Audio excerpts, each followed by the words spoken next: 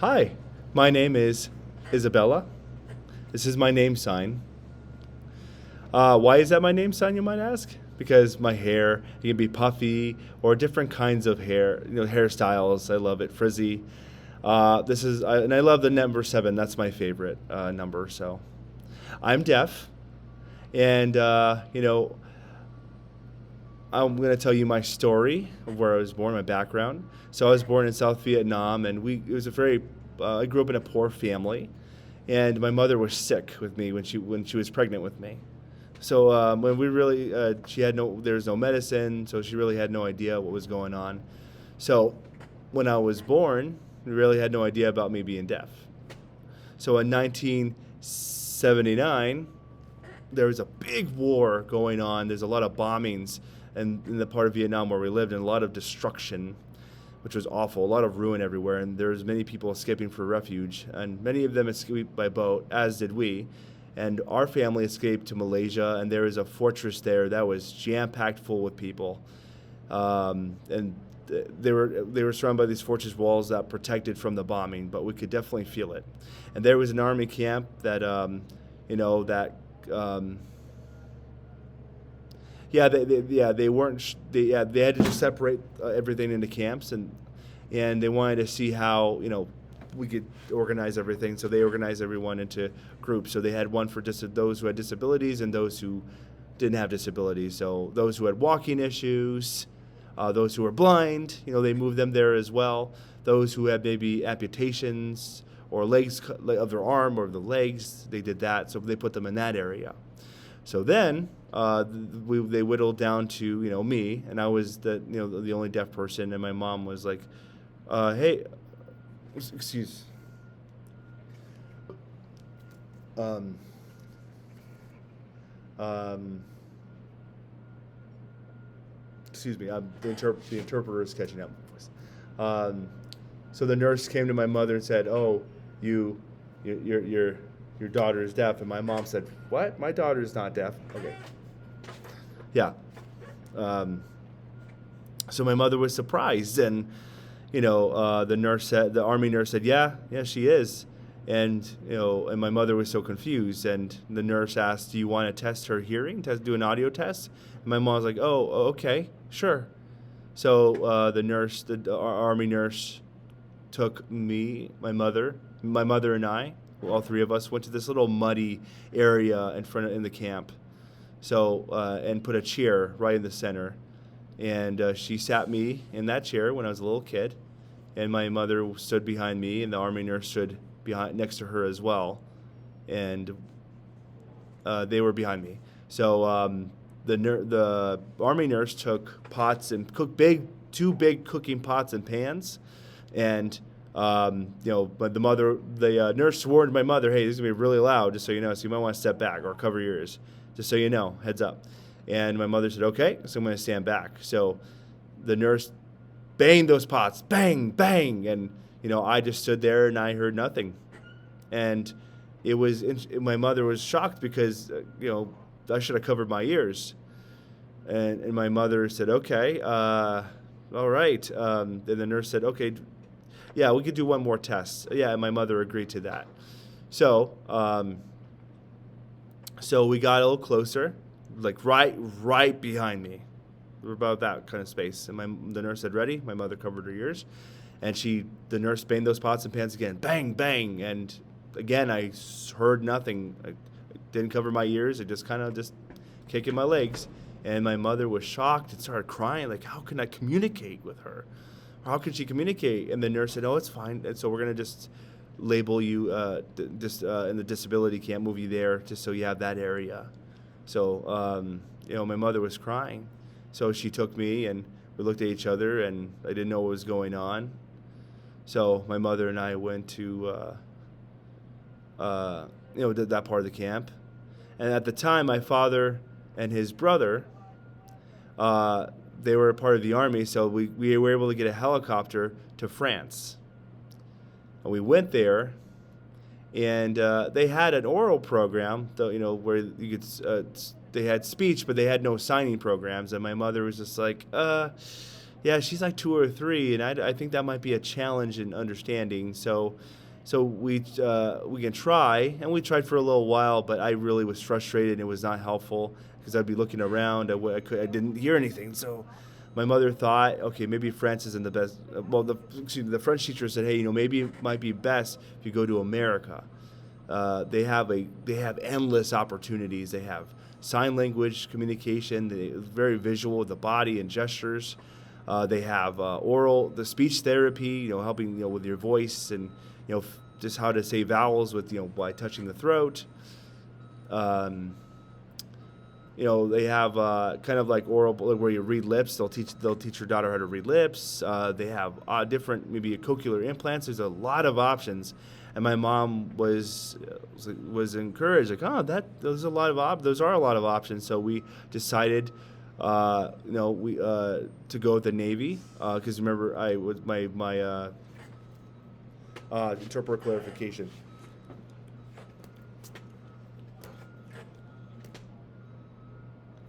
Excuse me, my father's brother, my uncle. Yeah, my uncle. Excuse me. Yeah, my uncle was in the Navy. Yeah, so he was able to arrange passage to America, and time went on, and I was able to. We were able to see different languages there, which was really amazing. And my mother, she went to go get an audio test at the hospital for me. And they were to help me and check me out, audio, my throat, audiology test, my throat, just check my a vision test, just do a kind of a routine checkup, make sure everything was okay. They labeled me disabled, and just because of that. And, we were shocked because my mom was very poor. We were very poor at the time. And the doctors thought of, maybe you can clean up and work here, and we'll pay you and give you some money, and you can put it towards your bills. That would, and we can use the insurance in that too. And my mom said, yeah, that would be a really good idea. I don't mind that. I don't mind sweeping the floor and doing whatever. We need money for food and for a home and for other kind of needs. So the doctor said, okay, so I'll help you out. So the doctor went my mother and I to HR, and we signed all those papers. And my mother was very excited. And as time went on, we also found out that my father was imprisoned in North Vietnam because remember there's a war going on between North and South Vietnam at the time, and he was in prison for about 3 months. So in South Vietnam, they needed a lot of help from America, and they asked for help at the time. And the army, there's a lot of prisoners of war, and America helped them, which is great. So they went over and helped fight the war, and they released the prisoners of war, which is really great. And all of those people got to escape and move to America, and that's how I met my dad. I was reunited with him, and I was just so happy. And and they let my dad know that I was deaf, and my dad was like, "Really? Isabella's deaf?" Okay, and he accepted that, and he looked for work, and he was a skilled worker. He was a skilled electrician, actually. He worked on lights. He worked on just different appliances. Different wires. Just different appliances like that. He was very skilled in that. And he worked. He worked really hard. He got money, and and that's we were able to afford a home, which was really nice. And growing up, I got to go to elementary school. I was mainstreamed, but I was just the only deaf in that program, and and that was really tough. I did have an interpreter, but and I picked things up along the way, and up all the way into middle school, and then high school is all the same. I was the only deaf person in a mainstream school, meaning only hearing people. I was the only deaf person, and there was no deaf school around, so I was in this hearing school, and I had maybe 3 friends who were hearing. They were very helpful, very kind, and they would write notes back to me back and forth because it was tough because when I was trying to take notes, it'd be hard to just watch the interpreter and look up and down and, and my friend said, hey, I know you can't hear. Do you want me to take notes for you? And I said, yeah, please, that'd be helpful. So my friend said, okay, hold on, let me just go ask the principal. maybe if there's some kind of special copy paper or something we can print. So let me go see. So my friend and I, my friend went to the head principal's office, and then they said, "Do you have any idea do you have any like kind of printer paper or something special so I can take notes for my friend?" And the principal said, "Yeah, let me ask. Let me go see in the office and see if the principal can give you anything." So let me see if I get any materials. To be clear, so my friend said sure. So she went and asked the principal and let him know of the situation. That I was deaf and it was hard to look up and down at the interpreter, and my friend was just wondering if I can take notes or have some kind of special paper. And the principal was like, "That's so nice that you want to help your friend. I do have some paper where, if my friend would take notes, she could peel back the paper, and under is like a yellow paper that I would have all the notes. So you would have notes and she would have notes." So that was very nice. And the principal is really great. He just really helped me, and I give him credit for that. That was really, that was to his credit. That was so nice of him. I really appreciated that. So going forward for a long time, and I did that in high school, and then I graduated. Okay, so I want to kind of go back a little bit. Growing up in middle school, I went there. My parents knew, they didn't really know much ASL. They could gesture. For example, if I was hungry, if they want to communicate, "Do you want food?" they would sign this or gesture this. Or they would sign, for hungry, they would sign that. Like, "Are you hungry?" And I would say, "Yeah, I'm hungry." And, I would affirm by just shaking my head like yes or no to negate that. No would be like this. No. It would mean I would do this for no. Or it would be this for yes. Yeah, I would do this for yes. And there would be what's called home signs. We just make up gesture, like a made-up language to help me understand. So my parents would do that for me.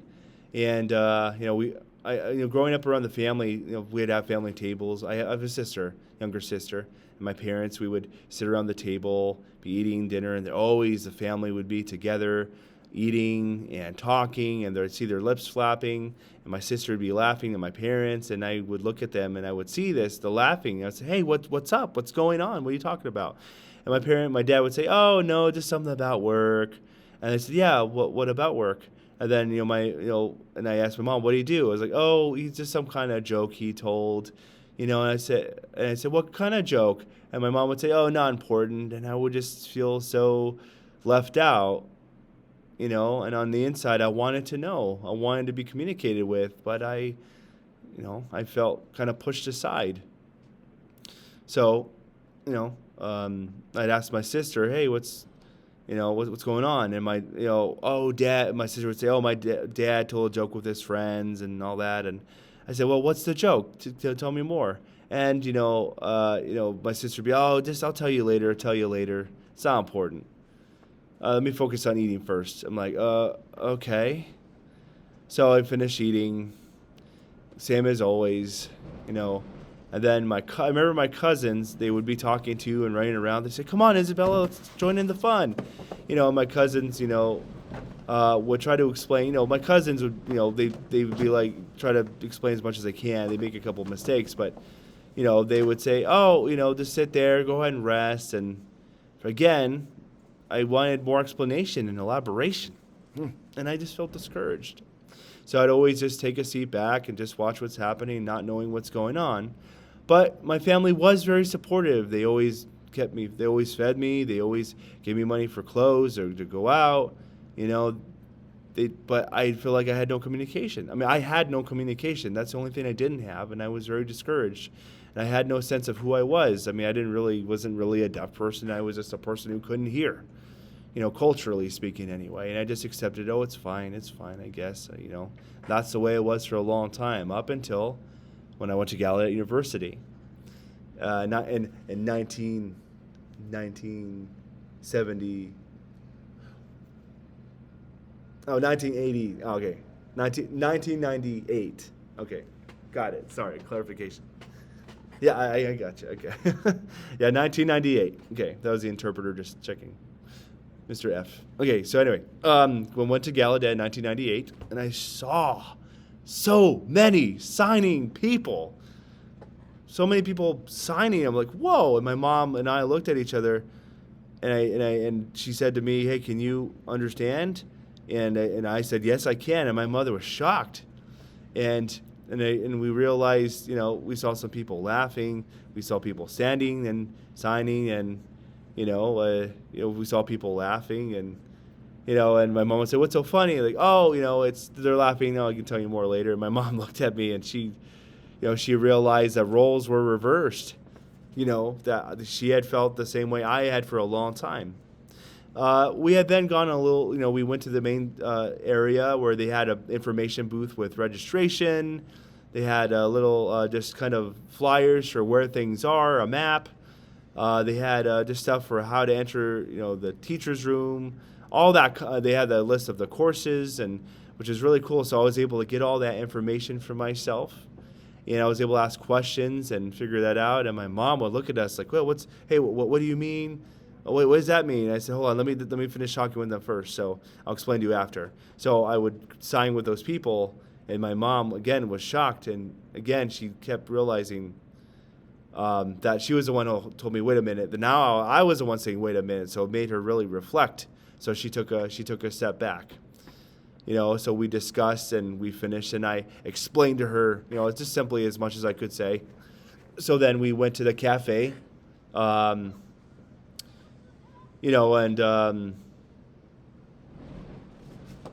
yeah, we realized, yeah, oh yeah. So sorry, just so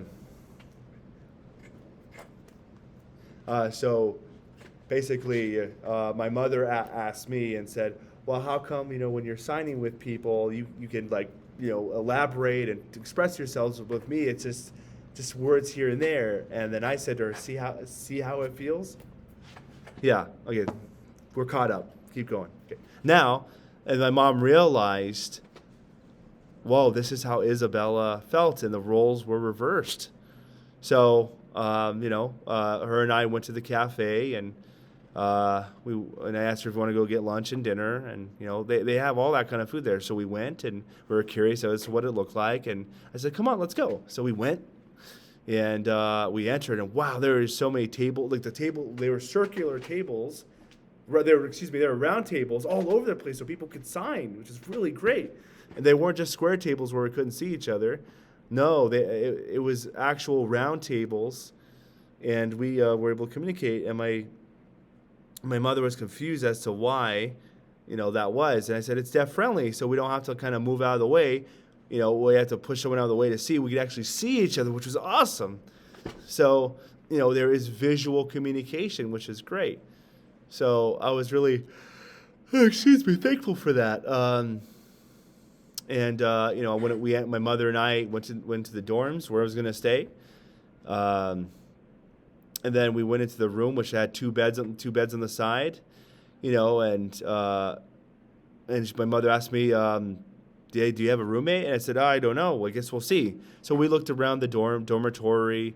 We looked around the front desk where they had, and then we went back to our room. We met a European woman who came in, and she was signing so well. And this was going to be my roommate, by the way. And the person who used to be roommate, she asked me, "Hey, is your mother deaf or hearing?" And she said, "Oh, she's hearing. She doesn't know ASL." And I said, "No, she's hearing. She doesn't know ASL." Excuse me for not being clear.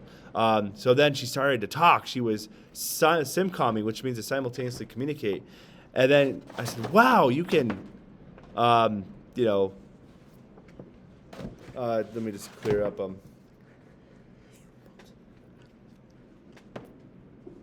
Yeah. So my mother was amazed. Wow, you can sign and talk." And my ex roommate said, "Oh yeah, I can. I'm hard of hearing." Yeah. The interpreter was catching up. So my parents, and my roommate kind of, we put them to the side, and my parents spoke with my roommate who grew up having speech therapy, and she was able to talk and sign at the same time. And I think about her sophomore year, she learned sign, my ex-roommate, and she was able to pick that up quite quickly. And they realized, that I hadn't grown up that way, or I was mainstreamed, and I had an interpreter growing up. So that's why there was different backgrounds there. So my mom was impressed with my ex-roommate, and we had a great conversation.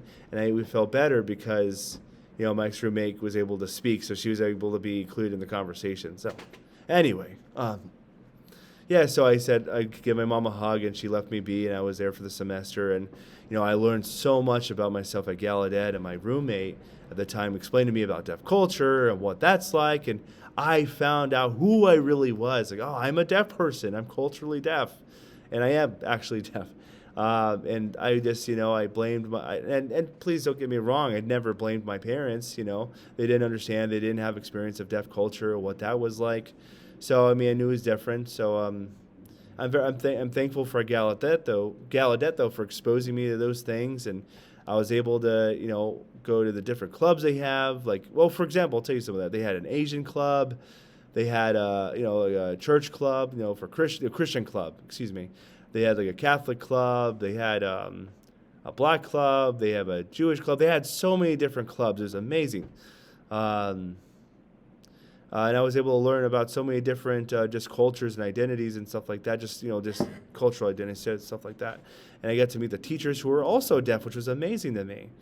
And I was like, wow, I could be a teacher if I wanted to, and their possibilities were endless. And and people always told me only hearing people can be teachers. And I was just so amazed by that. And I found out who I was, and I learned about the world, the deaf world, which is really awesome. So, and I majored in communication arts because, I wanted to learn how to communicate and just have different confrontations and just want to travel around the world and get to know things. And going along, I learned those things, and I picked that up, and I loved majoring in communication arts and getting to socialize. So that was so much fun.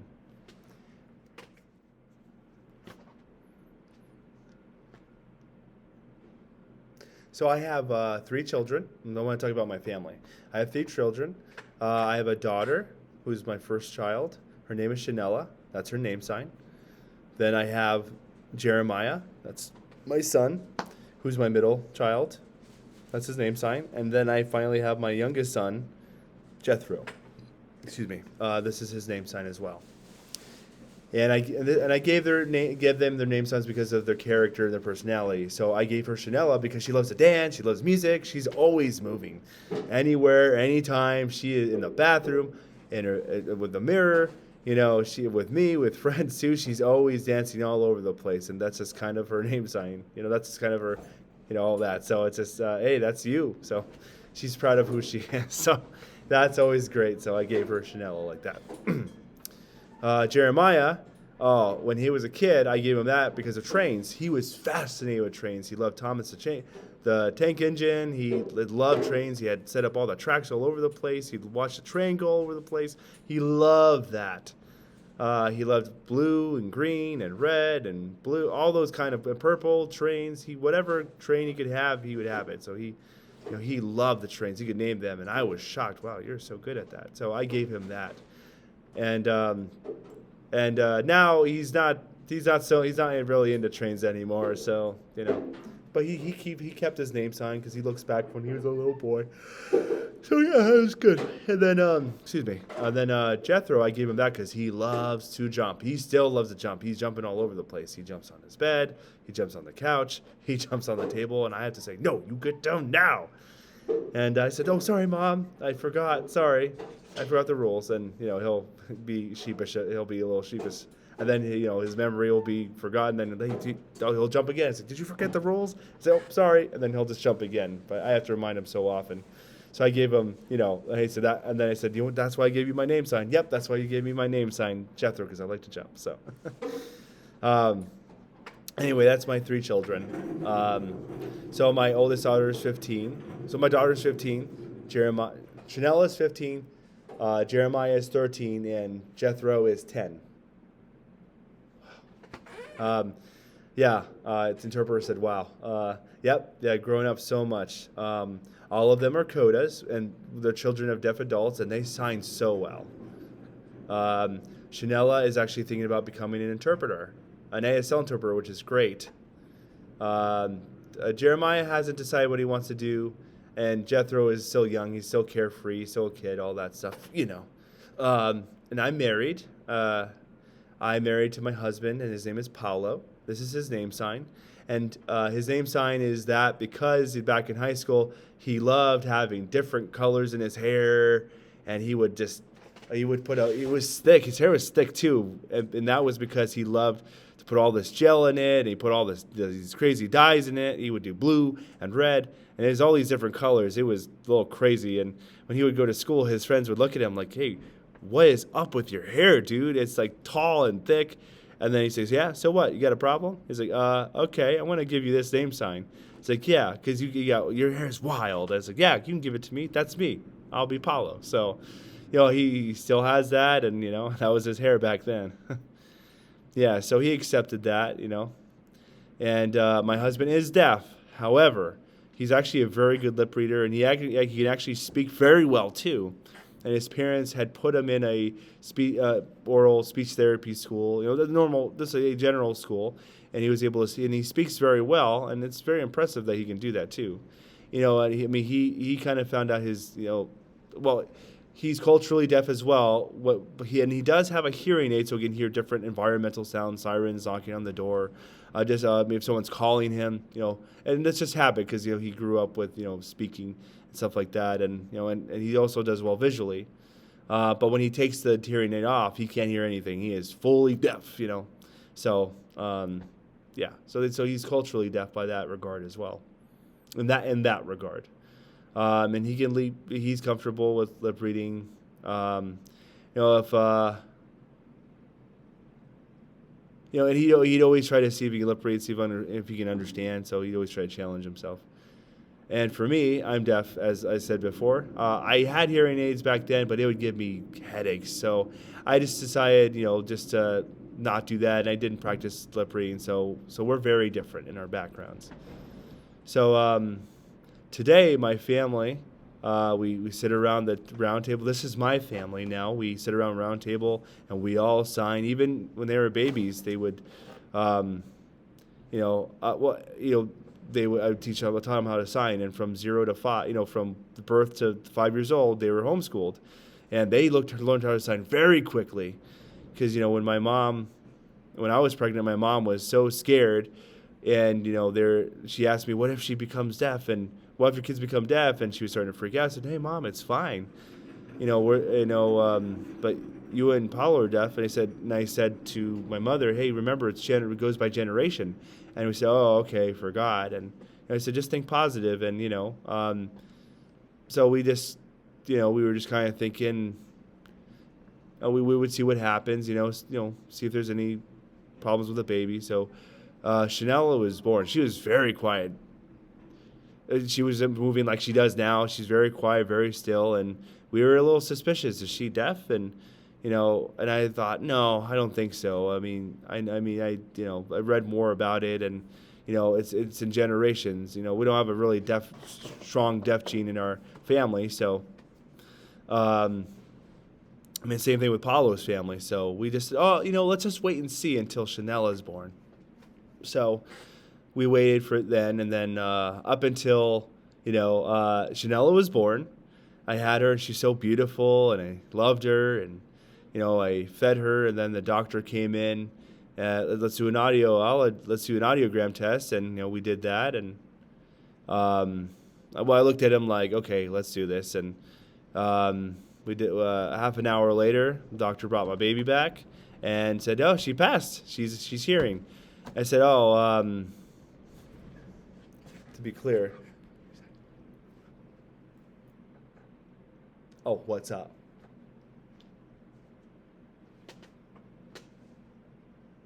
Oh, gotcha. I was thrilled. Yeah, I was thrilled. Oh, yeah. Interpreter clarification. I was thrilled. That was amazing.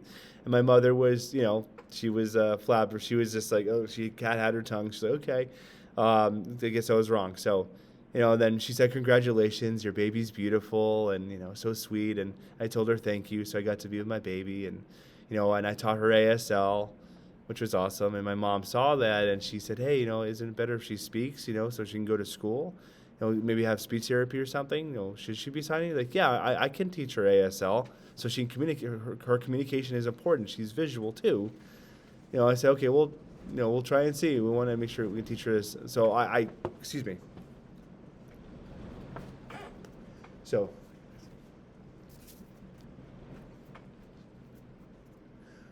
So, my mother was, just to be clear, I'm going to go back a little bit. I said my mother was worried, like, shouldn't she speak? Should she go to school? Should you be teaching her ASL? Like, or should she go to speech therapy? I said, no, I can teach her ASL because she needs to communicate. It's very important. She needs to learn the visual communication. And my mom, okay, that's fine. And then I taught her ASL, and yeah, now we're caught up. Okay, exact. Yep. Yeah, exactly. Okay, so now my mother was worried. And she was like, when the babies were two, maybe my mother said, well, maybe when she's two or something, she can go to school and maybe speech therapy would be better. I said, no, I can still teach her visually. I taught her milk. I'll evaluate when that time comes. And I said, hey, don't worry. We worry too much. Just kind of, it's my responsibility to take care of my child. I'll do that. So. If I get frustrated, if I run into a wall, I'll come get your help. Okay. Let's just see. So my mother backed off at the time, and then I remember teaching my baby signs, and I taught her mama, or mother, and I told her, you're beautiful, you're a girl. You want milk? Are you hungry? Are you hungry? And she would sign. We look at each other, and she would sign. And visually, she'd say she had a little bit of a voice, but she was so smart. She was very visual. She's looking around all over the place. She didn't quite understand voice or things yet, but she understood visually. And as she grew, she became, I think about 8 months, 8 months, she was starting to sign this. She was signing milk. And I understood she was hungry. Like, oh, you're hungry. Milk, milk, milk. So, and she would sign mom like this. But I knew she meant mom. And I understood, which was awesome. So, and she signed dad like this, which was funny. And I understood she meant dad. Oh, she meant dad. She's signing this. Yeah, you want daddy? You want daddy? So, yeah, so we would do that. So it was very clear she was picking up communication very quickly. So it was very good. So then my mom came to babysit, and Chanela signed this, and my mom said, "What is that? What does that mean?" And I said, I told her, Mom, she wants crackers. This is a sign for crackers. And my mom said, "Wow." Her jaw nearly dropped on the floor. And she's 12 months now, and she's not talking, but she knows she can communicate. Oh, sorry, excuse me.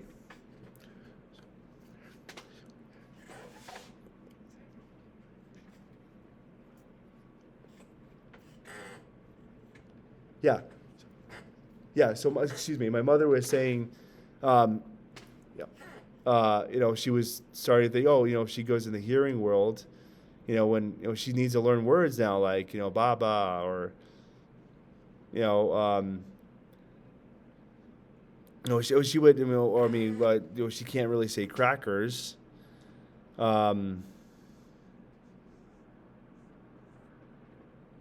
Okay, I got you. Okay, so, sorry. It's good. This is Mr. F saying to my students, if you're watching this, you understand that interpreters make mistakes too. So, encouragement for y'all to know that making mistakes is good. So, gotcha. So, to be clear, my mother said,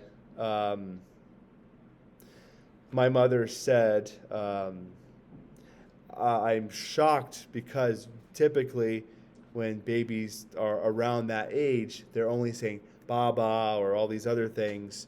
But Chanela is already saying cracker. She's understanding word, word, word. Yeah, she's understanding signs, visual signs. Like she understands what that means, like cracker. Yeah, but speaking, she couldn't say any word. Okay, she couldn't say any words. Yeah, yeah, but she can sign, but not say words. Yeah, and my mother was saying, "What does that mean?" You know, and crackers, and my mother was saying, "Wow, you can sign that? Wow," and my mother was thinking, um, "Wow, I mean, that might be hard to communicate, a little bit, and how did you figure out to communicate all that? Why don't you try communicating? Deaf usually pick up things very visually, very quickly. So you see the difference with hearing children and deaf children. All that, and so this would mean crackers. We would take them aside, and when they're babies, to give them crackers, and they would just suck that up and chew, and and parents, um, yeah, just they would chew we sign it this way because they would chew all that stuff. So that's kind of what that means. So, we give them crackers and they would enjoy that. And, I remember Chanela would sign this and my mother said, what do you mean by that?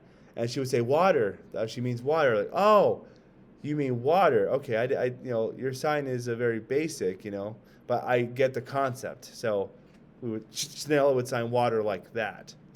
And there was understanding, wow, there's communication there. And she was very impressed.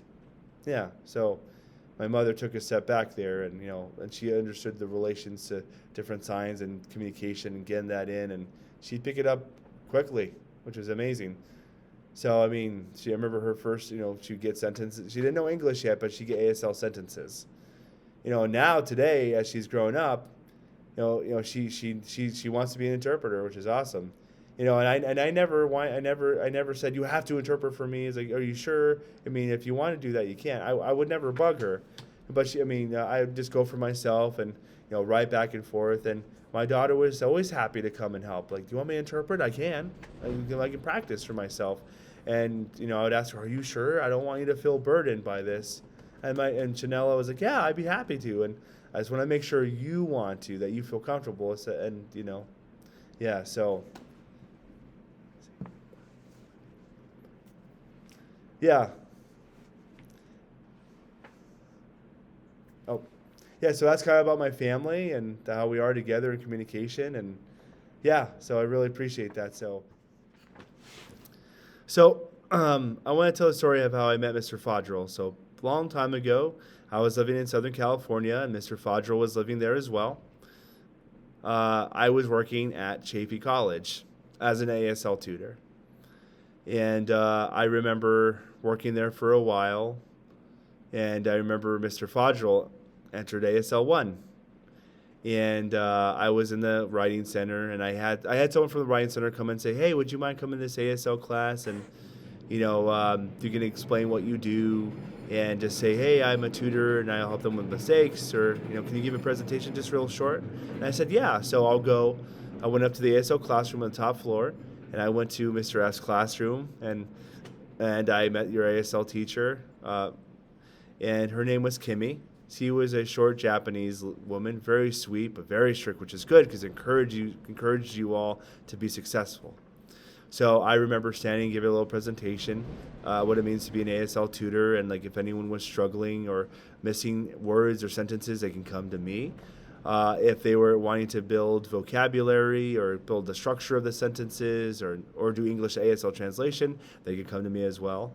And also if they were struggling with anything basic like ASL 1 things, ASL 2, they can come to me for support, and just a variety of different things. They can come to me, and I'll be happy to help. And that was the presentation I gave. And I remember looking around, I saw you, Mr. Foddrill. You were so shy, and you were very shy. And I can tell you're very nervous. So I remember you wanted to take ASL. You're excited, so we'll see. So the very next day, I was working in my office, which is it's a big center, and there's a glass wall, so everyone could see my office. You could see me.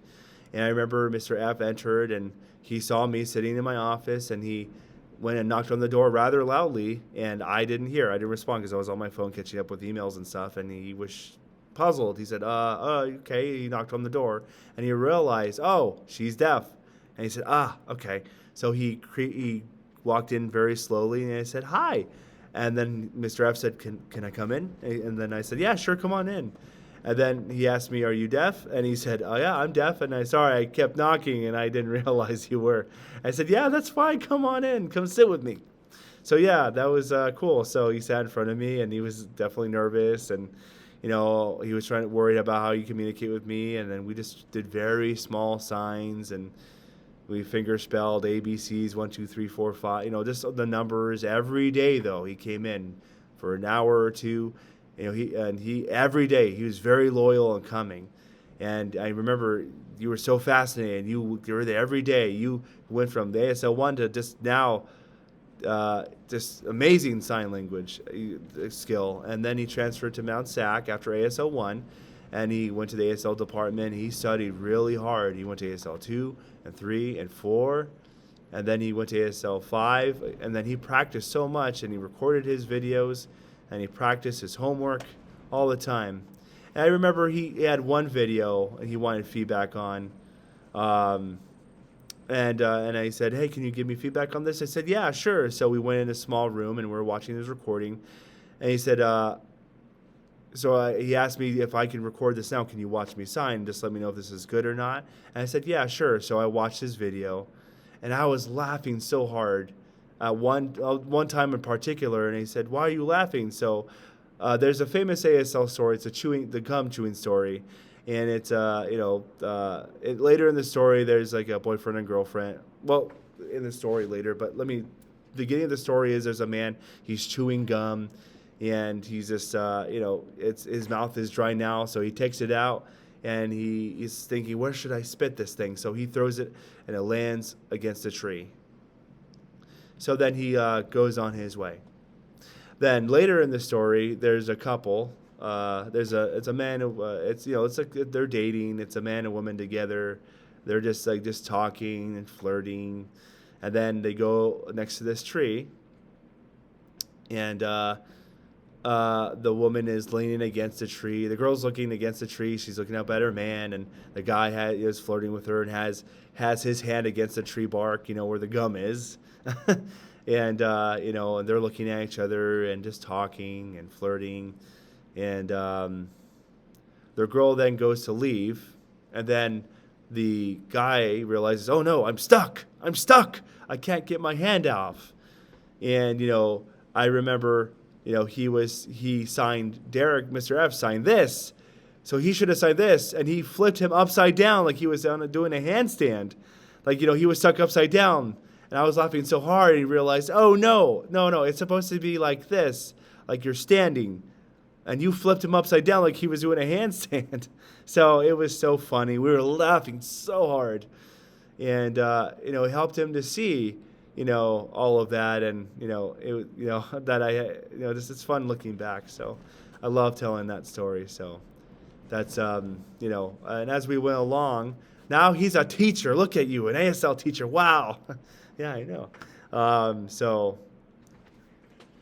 And that's how we met. That's the story of Mr. F. Okay, so I just want to also just tell you about my job. I'm a tutor and a mentor, and I really have been appreciating that for a long time. I've been doing that for 10 years now.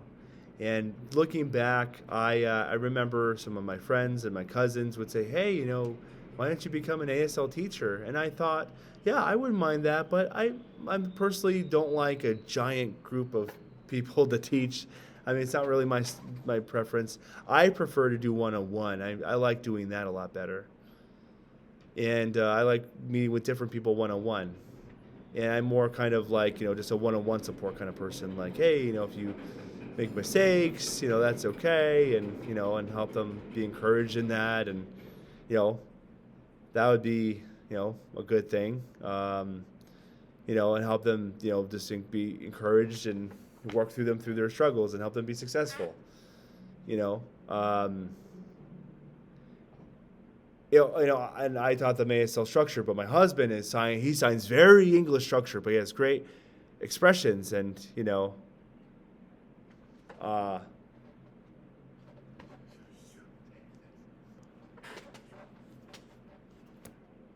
oh yeah, okay, yeah, sorry, I signed very ASL structure. My husband Paulo before he signed very English, but he looked at me and I signed he was very stoic, but I signed very expressively in ASL structure, and he looked at me like, help me? And yeah, and then I said, yeah, facial, it's how you show those expressions and context and all that. And he looked at me, said, wow, I'm very stoic, so how I understand you. So yeah, so his sign was very rough. His facial expressions were a little rough, so I was able to teach him and explain to him. And he's like, oh, okay. So he was able to make the connections with children and with the kids and with his friends. So I was able to make connections with my cousins and friends and help them be able to communicate, which is awesome. So that's been my job for 10 years. So I really love that, yeah. Yeah.